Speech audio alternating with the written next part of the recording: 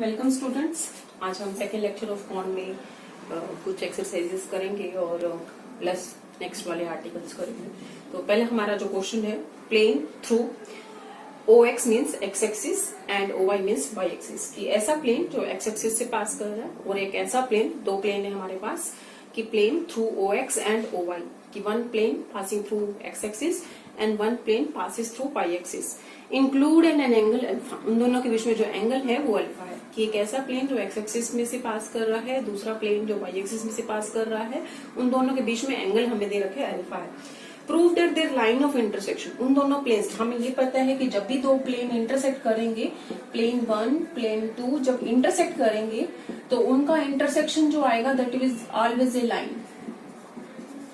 कि तुम्हारे पास कोई भी दो प्लेन दे रखे हो, कोई भी प्लेन दे रखे हो हमारे पास, उन दो प्लेन्स का जो इंटरसेक्शन बनता है that would B A line हमारे पास।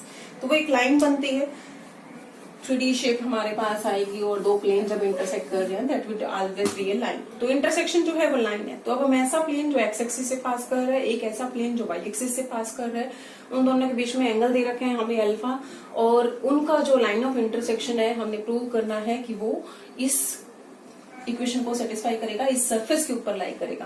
That means line of intersection जो है हमारे पास, ये किसकी इक्वेशन है हमारे पास, ये इस सरफेस के ऊपर लाई करेगा। तो हमारे पास हम निकालने जा रहे हैं कि लाइन ऑफ इंटरसेक्शन। अब हमारे पास सबसे पहले कि हमारे पास दो प्लेन, प्लेन 1 प्लेन 2, इनका जब इंटरसेक्शन होगा that is always a line. ये एक लाइन बनेगी। अब equation of any plane passing through this line, इस लाइन से पास करता होगा, तो वो किस तरह से लिखा जाएगा। Suppose this is P1 plane, this is P2 plane.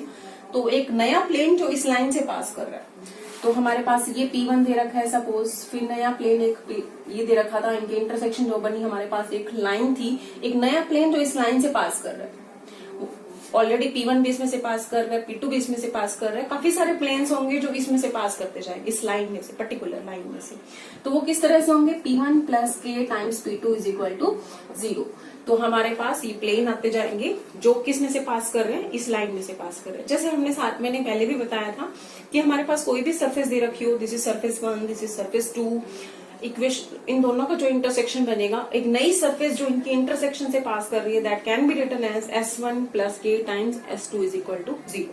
तो अब हमारे पास इन दो प्लेन का इंटरसेक्शन एक लाइन है, तो हमारे पास नया प्लेन जो इस लाइन से पास कर रहा है, इन दोनों के इंटरसेक्शन से पास कर रहा है, वो इस तरह से लिखा जाएगा, P1 plus K times P2 is equal to 0। There are so many planes जो इनके इंटरसेक्शन से पास करेंगे, कि अगर हमारे पास K की वैल्यू 0 होगी तो ओरिजिनल प्लेन P1 ही आ जाएगा,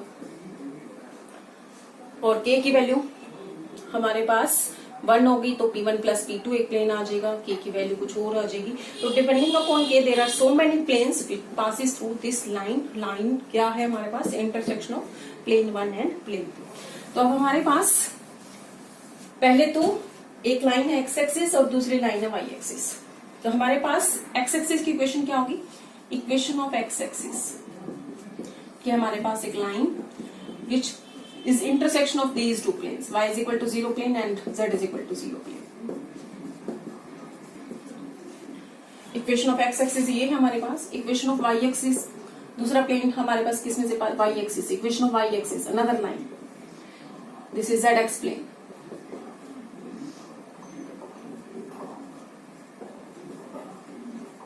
अब हमने क्या है हमारे पास, plane passes through this line, plane passes through x axis यानी कि OX can be written as, कि हमारे पास इन दो प्लेन्स का इंटरसेक्शन एक लाइन बनी, YZ प्लेन है हमारे पास, x axis means YZ plane के अंदर ही हमारे पास ये लाइन है। तो equation of y is equal to 0 plane, z is equal to 0 plane, और इन दोनों का इंटरसेक्शन क्या बना हमारा, एक्स एक्सिस। तो हमारे पास equation of any plane which passes through x-axis, which passes through this line, is of the form y plus का k times z, k1 times k1 change करते जाओगे, मेरे पास काफी सारे प्लेन्स आ जाएंगे जो किस में से पास कर रहे होंगे, मेरे एक्स एक्सिस में से पास कर रहे होंगे। सेम इसी तरह से equation of plane passes through y axis, y axis से पास करता हुआ, वाई एक्सिस के इन दो प्लेन्स का इंटरसेक्शन है इन दो प्लेन्स का, तो किस तरह से दिखा जाएगा, this is equal to z plus k2 time x is, this is equal to, this is plane passing through x axis, this is plane passing through y axis. तो हमारे पास इक्वेशन ऑफ प्लेन आ गए इन दोनों planes के। अब हमारे पास के, हमें पता है कि k1 और k2 चेंज होते जाएंगे, मेरे पास प्लेन्स आते जाएंगे, लेकिन हमारे पास कोई पर्टिकुलर k1 और k2 के लिए कोई दो प्लेन ऐसे हैं जिनके बीच में एंगल हमें अल्फा दे रखे, हमें, क्योंकि हमें पता है कि प्लेन काफी सारे पास कर रहे हैं एक्स एक्सिस में से, काफी सारे प्लेन पास कर रहे हैं वाई एक्सिस में से, लेकिन कुछ एक प्लेन ऐसे होंगे या हो सकता है एक ही आए हमारे पास ऐसा प्लेन जिनके बीच में एंगल जो है वो अल्फा है। तो वो k1 क्या होगा, k2 क्या होगा कि इन दोनों के बीच में मेरा जो एंगल आ जाए वो अल्फा आ जाए। और हमने निकाला इन दो कि अगर किसी k1 और k2 के लिए इन दोनों के बीच में एंगल अल्फा है, एंगल अल्फा है किसी k1 और k2 के लिए इन दो प्लेन्स के बीच में, नए वाले जो प्लेन्स आए एक्स एक्सिस से पास करता हुआ और किस में से, वाई एक्सिस में से पास करता हुआ दो प्लेन है, और इन दोनों प्लेन्स के किसी न किसी k1 और k2 के लिए इन दोनों के बीच में एंगल अल्फा हो। अब जब जो पर्टिकुलर k1 और k2 आ जाएगा, जब हमें एंगल अल्फा मिल जाएगा, तो हमारे पास इन दोनों का इंटरसेक्शन, इन दोनों का जो इंटरसेक्शन है that again will be line, क्योंकि हमें पता है दो प्लेन्स का इंटरसेक्शन एक लाइन बनेगा, वो लाइन जो है वो इस सरफेस के ऊपर लाई करेगा। तो हम निकालने जा रहे हैं, दिस इज, अब देखो अब इसको किस तरह से निकालना है। हमारे पास y plus k1z is equal to 0 is एक प्लेन है, और दूसरा प्लेन था मेरा zx प्लेन था, k2x इज इक्वल टू 0। तो हमारे पास angle between two planes is, angle between two planes is angle between their normals.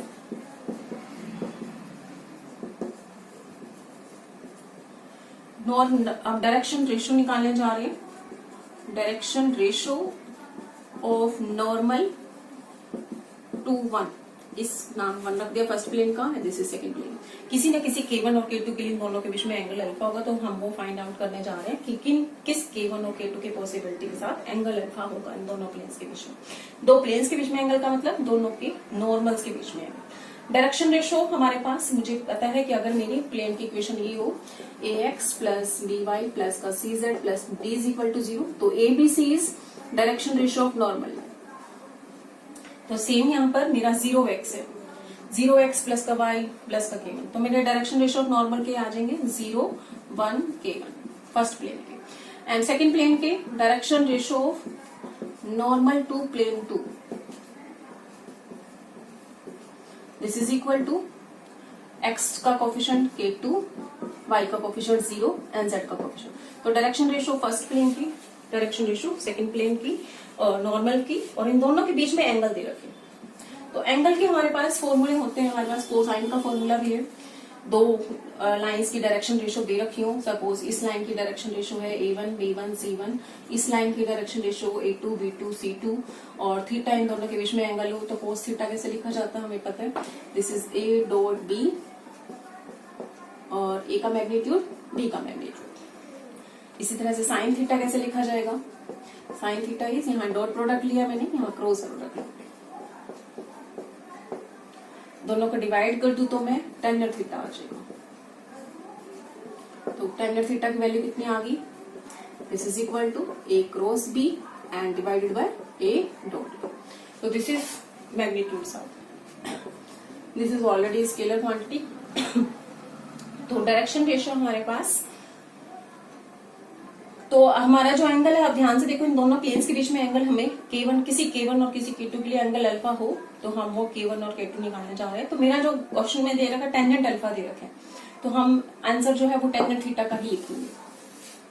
तो tangent alpha for some k1 and k2 we have angle between these two planes is alpha. तो tangent alpha cross product हमारे पास i j k and this component first vector के k1 and second vector की k2 0 1। जब हम cross product solve करेंगे इनकी, that would be i cap, then k1 k2 j cap, and then minus का k2 k cap. And this is plus. तो magnitude कितना आ जाएगा मेरे पास, this is 1 plus k1 square k2 square plus का k2 square, this is magnitude. A dot B इन दोनों का dot product, this is 0 into 1 k2 plus का 1 इंटू 0 प्लस का k1 इंटू, दिस इज क्या बचा मेरा k1 बचा। दिस मीन्स टेंजेंट अल्फा आ गया a क्रॉस b का magnitude divided by a dot b, जैसे हमने अभी लिखा। तो this is equal to 1 plus k1 square k2 square plus k2 square and divided by k1। और यहाँ पर हमारे पास प्लस माइनस साइन दोनों लेके चलते हैं। वो किस लिए हमारे पास कि a क्रॉस b का एंगल देखने जा रहे हैं, b क्रॉस a का एंगल देखने जा रहे हैं, तो हमारे पास दोनों के ऊपर ही डिपेंड करेगा हमारे पास ये। तो हमने a क्रॉस b लिया है, तो हमारे पास b क्रॉस a भी हो सकता था दोनों के बीच में एंगल, तो आइदर एंगल एक्यूट बनेगा या ऑब्ट्यूज बनेगा। तो देखें हम, तुम्हारे पास टेंजेंट अल्फा आ गया, ये तुम्हारे पास दिस इज, मुझे अब देखो यहाँ से मुझे टेंजेंट स्क्वायर अल्फा चाहिए। This is 1 plus k1 square k2 square plus k2 square that is equal divided by k1, this is k1 square, squaring करिए हमने, दिस इज k1 स्क्वायर। तो हमारे पास जब ये रिलेशन सेटिस्फाइड होगी k1 k2 में कि हमारे पास this is equal to tangent square alpha, तो मेरे इन दोनों प्लेन्स के बीच में जो एंगल होगा वो कितना होगा हमारे पास अल्फा के बराबर। तो हमारे पास पर्टिकुलर k1 और k2 में ये रिलेशन आ गया। अब हमारे पास प्लेन की इक्वेशन थी, 1 plus k1 z is equal to 0 and z plus k2 x is equal to 0। तो यहाँ से हमारा k1 और k2 तो हमने अननोन थे हमारे पास, इन दोनों का इंटरसेक्शन हमने निकालना, वो इस कॉन के ऊपर लाई करेगा। लेट इंटरसेक्शन पॉइंट P ले लिया, x1 y1 z1, या फिर ऐसे लिखो, let P x1 y1 z1 be any intersection point of 1 and 2, इन दो का कोई भी इंटरसेक्शन पॉइंट। और हमने प्रूव करना है कि P जो होगा वो इस सरफेस के ऊपर लाई करेगा। To prove locus of P is this 3, ये हमने प्रूव कर दिया। तो अब P जो है फर्स्ट इक्वेशन को भी सेटिस्फाई करेगा, P जो है वो सेकंड इक्वेशन को भी सेटिस्फाई करेगा, क्योंकि इंटरसेक्शन है हमारा। देयरफॉर पहला क्या बना, y1 plus k1 times z1 is equal to 0 and दूसरा क्या बना, z2 plus k2 x2 is equal to 0। तो यहाँ से k1 की वैल्यू आ गई मेरी माइनस का y1 बटा में z1 एंड k2 की वैल्यू आ गई माइनस का z2 ओवर x2। तो ये k1 और k2 की वैल्यू मैं इसमें पुट कर दूंगी। तो k1 और k2 आ गया हमारे पास, क्योंकि वही मेरे आर्बिट्ररी थे, बाकी सब कुछ। तो टेंजेंट स्क्वायर अल्फा मेरा गिवन है, तो k1 एंड k2 को सॉल्व करेंगे हम। This is 1 plus k1 is y1 square z1 square, this is z2 square z1 square, this is again z1, point था हमारा x1 y1 z1, this is z1 square and this is x1 square plus k2 square is z1 square x1 square divided by k1 square z1 square x1 square। तो आप simplify कर लो और जो मिलेगा x1 y1 z1 we get, इससे simplify करके क्या मिलेगा, z1 square x1 square y1 square z1 square, this is x1 square y1 square tangent square alpha. Simplify करने के बाद it means locus of x1 y1 z1 क्या आ गया, locus that means x1 y1 z1 किसको satisfy कर रहा है, वो इस इक्वेशन को सेटिस्फाई। तो यही हमने निकालना था, locus of x1 y1 z1 is 3। तो हमारे पास क्या दे रखे हैं कि एक प्लेन जो x एक्सिस से पास कर रहा है, एक प्लेन जो y एक्सिस से पास कर रहा है, उन दोनों के बीच में काफी सारे हमारे पास प्लेन है जो x एक्सिस से पास कर रहे हैं। k1 चेंज करते जाओ, x एक्सिस से पास करते हुए काफी सारे प्लेन आ गए, और फिर इसी तरह से k2 चेंज करते जाओ, काफी सारे प्लेन आ जाएंगे जो y एक्सिस से पास कर रहे हैं। लेकिन कोई ऐसे दो प्लेन हैं जिनके बीच में एंगल जो होगा अल्फा होगा, तो किसी k1 और k2 के लिए जब एंगल अल्फा है तो ये इक्वेशन सेटिस्फाइड होगी। अब जो दो नए प्लेन जिनके बीच में एंगल अल्फा है, उन दोनों का लाइन ऑफ इंटरसेक्शन जो है वो इस सरफेस के ऊपर लाई करेगा, and that surface is a cone. This is clearly this is not a second degree equation. तो सेकंड डिग्री होमोजेनियस इक्वेशन वो भी कौन बनती है with vertex as origin, but जरूरी नहीं है कि हमारे पास कौन की इक्वेशन सेकंड डिग्री हो। This is also a cone which is not of second degree, but हमारे पास जनरली जो हम सिलेबस में अब करने जाएंगे वो हमारे क्वाड्रेट कोन ही है, सेकंड इक्विवेलेंट। तो अब नेक्स्ट हमारे पास find the equation of the cone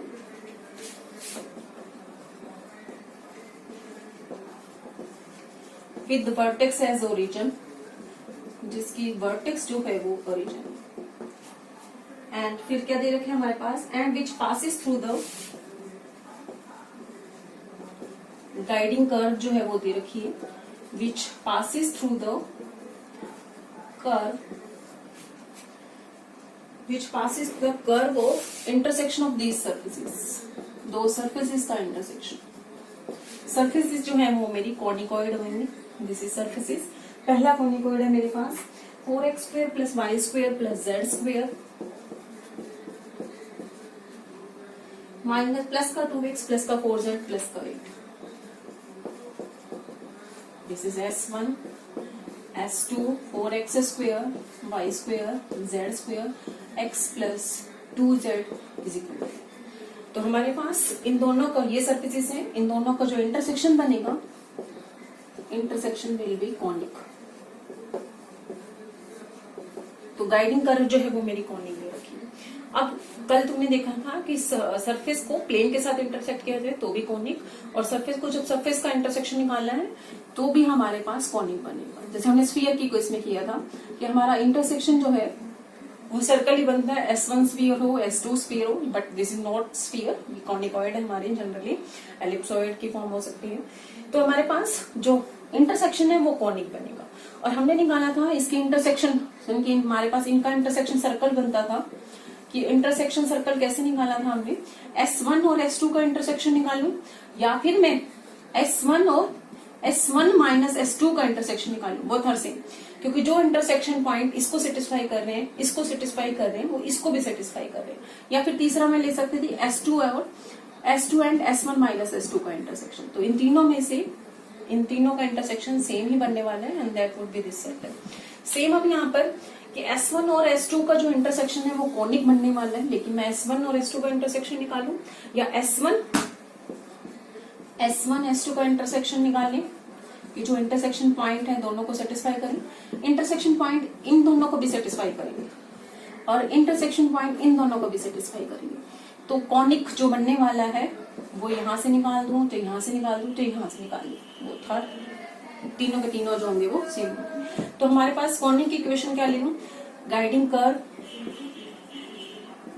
curve is given by, किससे मिलेगी मेरी guiding curve, S1 is equal to, S1 is 4x square y square z square plus 2x plus 4y or 4z equal to 8, and then इन दोनों का subtraction करने जा रही हूँ, S1 minus S2 that would be equal x plus 2z equal to।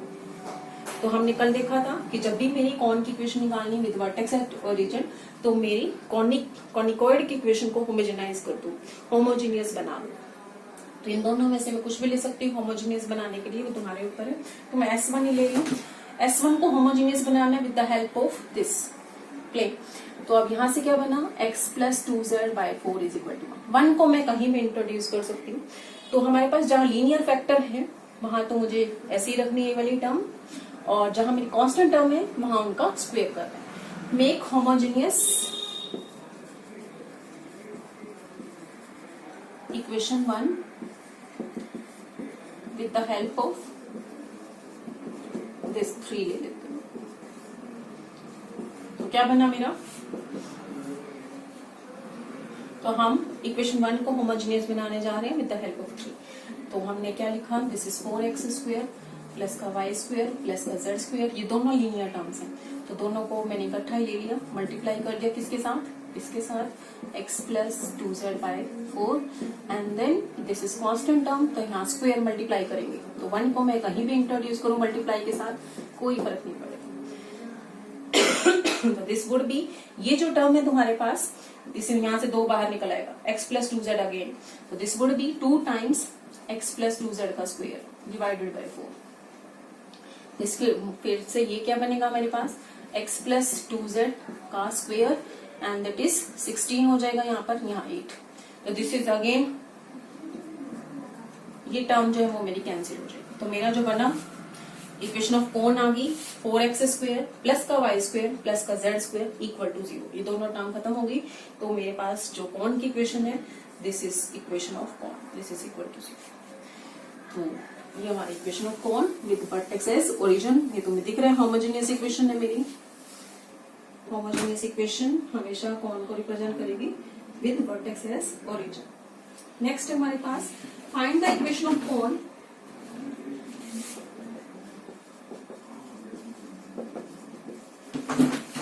Equation of cone निकालने जा रहे हैं हम। Find the equation of cone with vertex as origin.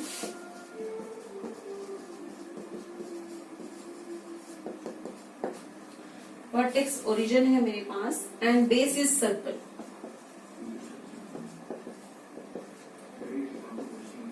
Circle हमारे पास दे रखा है स्फीयर और प्लेन का इंटरसेक्शन।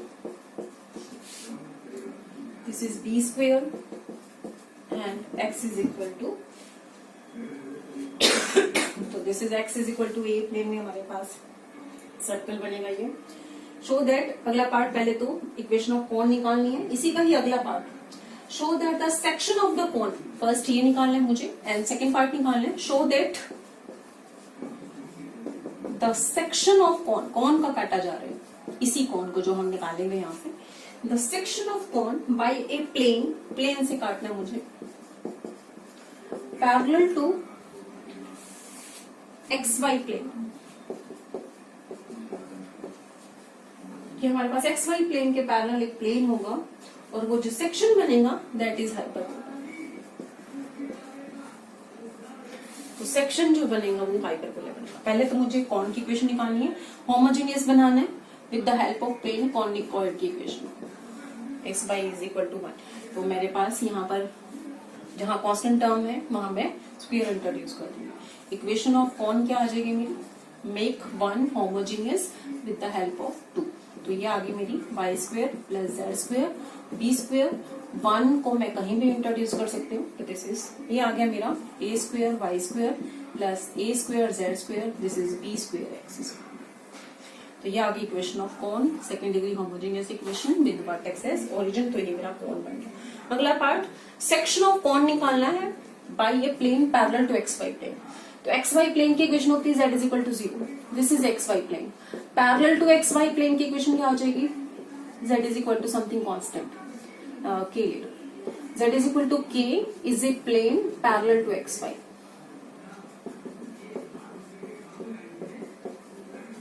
तो हमारे पास इसको काटना है मुझे, सेक्शन निकालना है इस कोन का। Section of cone by z is equal to k। तो z is equal to k यहाँ पुट कर देते हैं हमारे पास। तो इंटरसेक्शन क्या आ जाएगा, इंटरसेक्शन विल बी z की वैल्यू अगर मैं k पुट करूं, this is a square y square minus का b square x square, value k put कर देंगे माइनस a स्क्वायर, या फिर यूं भी लिख सकते हैं this is b square x square minus a square y square, it is a square k square. b square a square से अगर मैं डिवाइड कर दूं पूरे को, a स्क्वायर b स्क्वायर से डिवाइड करूं, it would be equal to x square by a square minus y square by b square, this is a square by b square. तो this is equation of hyperbola. तो ये हमारे पास hyperbola की equation बन रही है। तो सेक्शन जो बनेगा that would be your hyperbola. Next article हम करने जा रहे हैं फाइंड। अभी तक हमने जितने किए थे उसमें हमने क्या देखा कि मेरे पास वर्टेक्स जो थी वो ओरिजिन थी। अब जो हम नेक्स्ट आर्टिकल करेंगे उसमें मेरी वर्टेक्स कोई भी पॉइंट हो सकती है, कोनिक मेरा कोई भी हो सकता है। तो इक्वेशन निकालने जा रहे हैं, equation of cone with vertex alpha beta gamma and base is conic in XY plane, ax square by square 2hxy plus 2gx plus 2fy plus का c is equal to 0 in the plane मेरे पास z is equal to 0। तो ये मेरा conic किस plane में है, z is equal to 0 plane में है। तो अगर मैं इसको पूरा करके कंप्लीट करके z इंट्रोड्यूस भी कर दूं, दैट वुड बी कॉनिकॉइड और इस प्लेन का intersection that would be your conic. तो मेरे कॉनिक की इक्वेशन XY प्लेन में इनकी z is equal to 0 plane में ये दे रखी है। अब यहाँ से ये मेरा कॉनिक एलिप्स हाइपरबोला पैराबोला कुछ भी बन सकता है depending upon a b h g f c इनके डेल्टा के ऊपर और a b minus h square के नेचर के ऊपर डिपेंड करेगा। कल वाला ही होगा कि जब मेरी वर्टेक्स जो थी वो ओरिजिन थी, आज मेरी वर्टेक्स है alpha beta gamma. This is your vertex. Let P x1 y1 z1 be any point on cone. Therefore OP जो होगी O मेरी वर्टेक्स है, पहले लिख सकती हूँ O is the vertex alpha beta gamma, then OP is generating line. Let generating line OP meets the conic at Q. कि ये मेरी कॉनिक को Q पर मीट करेगी। मैंने कोई भी पॉइंट लिया किसके ऊपर, कॉन के ऊपर, तो ओपी लाइन जो मेरी जनरेटिंग लाइन बनेगी और जनरेटिंग लाइन कॉनिक को किस पॉइंट पे मीट कर रही है, क्यू पे मीट कर रही है। तो अब हमारे पास इक्वेशन ऑफ ओपी क्या आ गई, पहले तो इक्वेशन ऑफ ओपी आ गई मेरे पास। लाइन की इक्वेशन का formula x symmetrical form, this is x1 minus alpha, y minus beta, y1 minus beta, z minus gamma, z1 minus, this is equal to k put कर दिया मैंने। तो for some k change any point on this line is किस तरह से मिलेगा, x की value क्या आ जाएगी, k times x1 minus alpha plus का alpha, k times y1 minus beta plus का beta, k times z1 minus gamma plus का गामा। तो k चेंज करते जाओगे मेरे पॉइंट्स आते जाएंगे। If this point is q, कि अगर मेरा किसी ना किसी k के लिए ये पॉइंट Q बन जाए, then it must lies on conic, base curve के ऊपर लाइन करेगा। इट मीन्स ये इसको भी सेटिस्फाई करेगा और इसको भी सेटिस्फाई करेगा। जब इसको सेटिस्फाई करेगा, therefore z coordinate must be 0।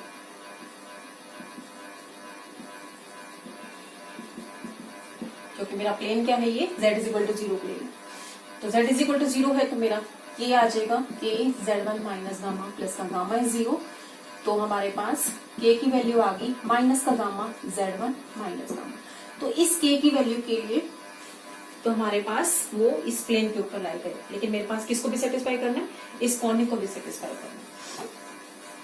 तो अब इस कॉनिक के अंदर अगर मैं पॉइंट रख लूं a x square, x point क्या था हमारे पास k x1 minus alpha plus का अल्फा का square, b k y1 minus beta plus का बीटा का स्क्वायर प्लस का 2h, x की value k x1 minus alpha plus का अल्फा, y की value k y1 minus beta plus का beta plus का 2gx k x1 minus alpha plus का alpha plus का 2fy, y की वैल्यू मेरी k times y1 minus beta plus का beta and plus का c, this is equal to 0। k की value यहां से जो निकली है वो मैं यहां पुट कर दूंगी, substituting the value of k from this equation to this equation and we get x1 y1 z1 किसको सेटिस्फाई करेंगे, तो वो जो बनेगी that is equation of cone. तो हमने p पॉइंट कोई भी लिया था किसके ऊपर, कॉन के ऊपर, और p लाइन की इक्वेशन निकाली। यही न्यूमेरिकल्स हम जब एक्सरसाइज के क्वेश्चंस करेंगे सेम मेथड ही लगाने हमने। p पॉइंट मैंने कोई भी लिया कॉन पर और p मेरी जनरेटिंग लाइन होगी। तो यहाँ वहां मेरा कॉनिक कोई भी हो सकता है, z is equal to 0 plane की जगह भी कोई भी प्लेन हो सकता है, but some conicoid and some plane. तो हमारे पास कि किसी न किसी पॉइंट k के लिए वो पॉइंट दोनों को सेटिस्फाई करेगा। तो k की वैल्यू निकाल के किसी एक से हमने दूसरे में पुट करनी है और फिर हम लोकस निकालेंगे। तो सेम क्वेश्चन हम करने जा रहे हैं। क्वेश्चन देखो, अब की फर्स्ट एग्जाम्पल हम करने जा रहे हैं। Find the equation of cone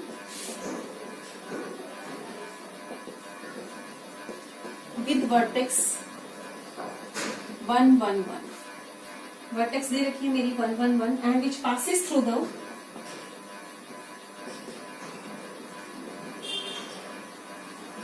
intersection of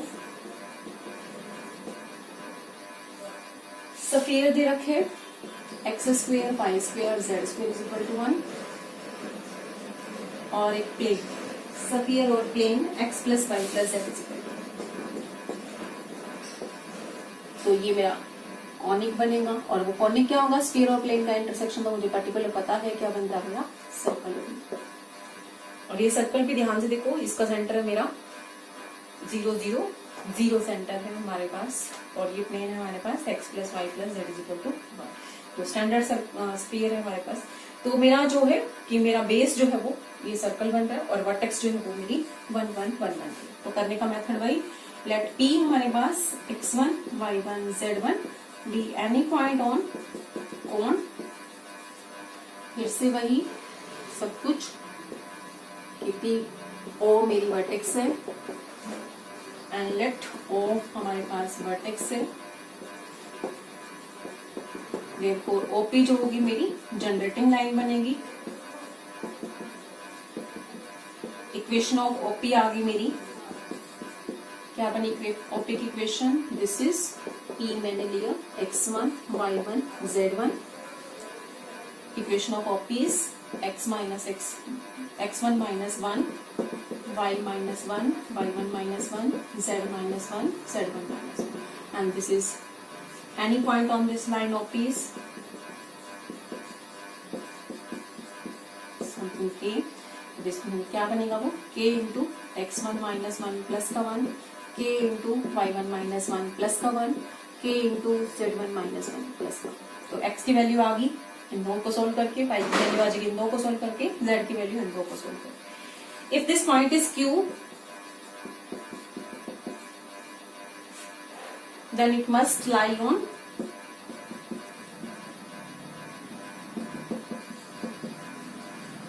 this, इसका नाम रख दे हम 1, therefore सेटिस्फाई करेगा x square y square z square is equal to 1 को भी, एंड सेटिस्फाई करेगा x plus y plus z is equal to 1 को भी। तो क्या मिला मेरा पास, दिस इज फर्स्ट में अगर मैं पुट करूं तो k into x1 minus 1 plus 1 का square plus k into y1 minus 1 plus 1 का square plus k into z1 minus 1 plus 1 का square, that should be equal to 1। And second relation in x plus y plus z is equal to 1। तो तीनों का सम k x1 minus 1 plus का 1 plus k y1 minus 1 plus का 1 plus k z1 minus 1 plus का 1, that is equal to 1। तो हमारे पास किसी एक से k की वैल्यू निकाल के दूसरे में पुट करनी है, this is of course quadratic बनेगी k में, ये फर्स्ट डिग्री की बनेगी k में। k हम निकाल के इस इक्वेशन से इसमें पुट करेंगे और फिर हम लोकस निकालेंगे किसका, x1 y1 z1 का। तो हमारे पास निकालने जा रहे हैं अब यहाँ पर k की वैल्यू, सिंप्लीफाई करो k की वैल्यू को। तो यहाँ से अगर मैं सिंप्लीफाई करूँ, this is k x1 minus 1 y1 minus 1 z1 minus 1, this is 1 1 1 and this is minus 2। तो k आ जाएगा मेरा minus 2 over x1 plus y1 plus z1 minus 2। तो k मेरा यहाँ पुट कर दो, this would be equal to k direct यहाँ पुट कर दो, minus 2 x1 plus y1 plus z1 minus 3 into में x1 माइनस 1 प्लस 1 का होल स्क्वायर, एंड देन इसी तरह से यहाँ पर। तो लोकस निकालना है मुझे, लोकस क्या आ जाएगा, locus is locus of x1 y1 z1। तो जस्ट इसमें x1 y1 z1 की जगह क्या रिप्लेस कर दोगे, x y z, and that would be your equation of कोण। तो वो मेरे कोण की इक्वेशन आ जाएगी।